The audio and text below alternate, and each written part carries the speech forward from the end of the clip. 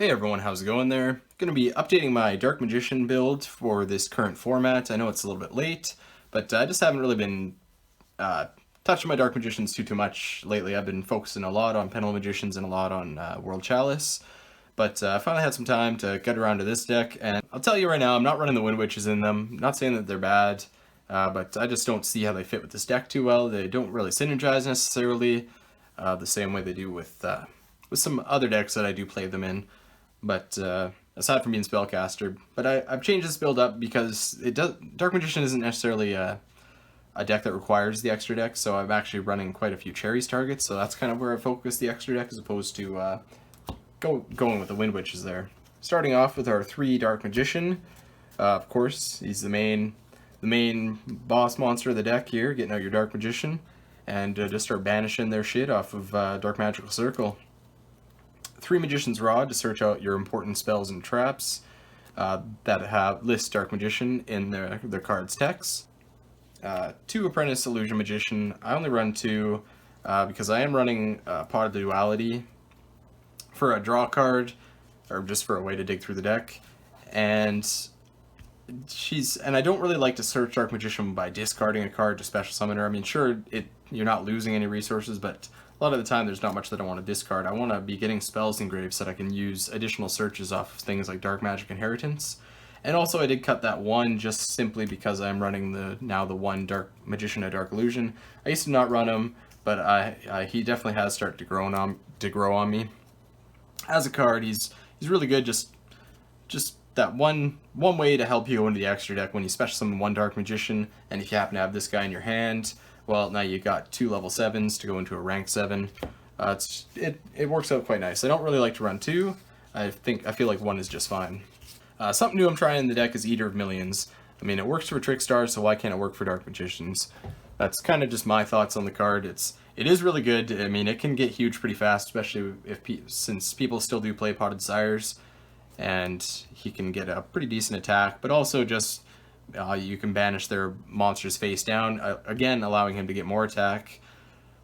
And it's just a way to either get rid of problematic things, like problematic monsters in your way, or just to bait negates. Then we play 1 Spellbook Magician of Prophecy, of course, because we're playing the Spellbook engine. So onto the hand traps.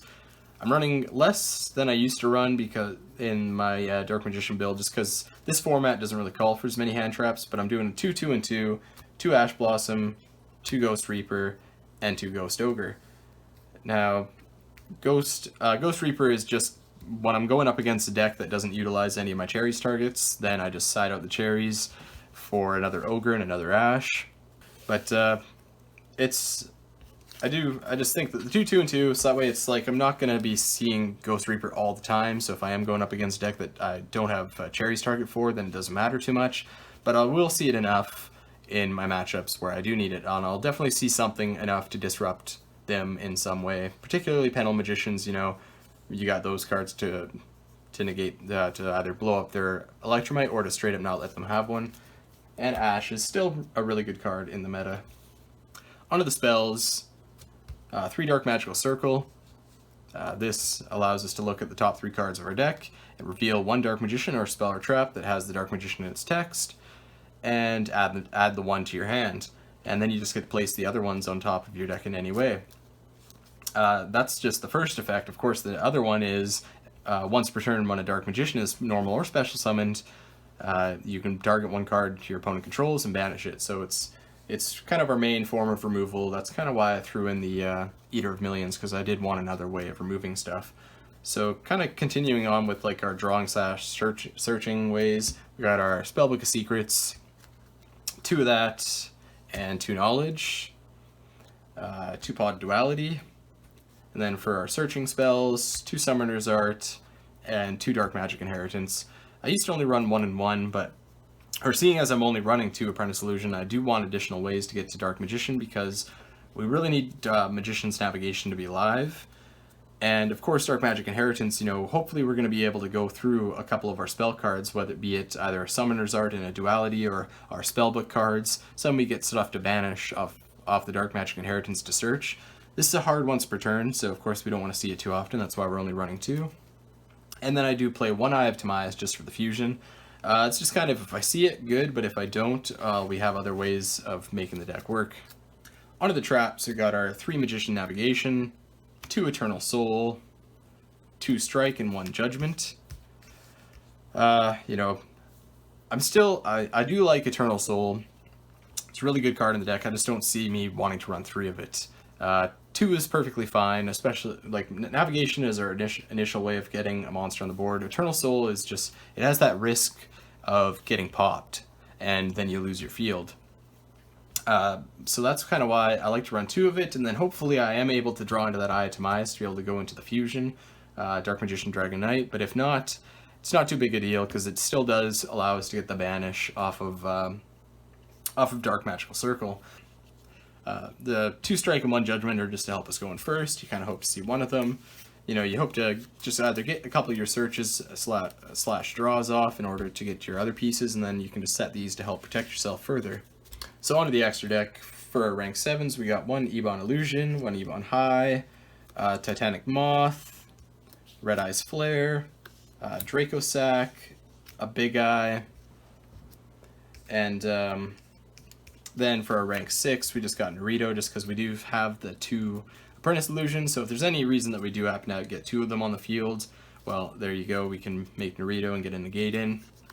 And then we do play the 1 Dark Magician, the Dragon Knight, just for that, for our Eye of Timaeus, just of course to protect our spells and traps. And I guess I can go over this. This guy is our main guy, because he can special summon out a Dark Magician from the deck. And also, he is just an additional way to banish stuff. High Magician's kind of nice, because you can activate a trap card from hand. Titanic Moth is a good way to go for game. Red Eye's Flare is just a way for punishing your opponent for playing the game. And it can't be destroyed by card effects. Dracosac, of course, just a nice way to pop something. And I mean, we do play some Links, so I mean, even though those are mostly our Cherries targets, you know, Dracosac can still help us get there. Big Eye for stealing a monster, and that's it for that portion. Now we'll go on to our, I guess the first Link isn't a Cherries target, I should say. Akashic Magician, just because mostly running spellcasters, we can make her if need be, and I just like this for either getting rid of a Dark Magician to be able to bring it back with Eternal Soul, to get another banish later on down the line, and then also because you can always bounce something like either a Skull Dread or a Decode Talker or anything with that up arrow. You just make this in that zone, bounce that, and now you just cleared one monster out of the way. And we do have 1 Decode Talker.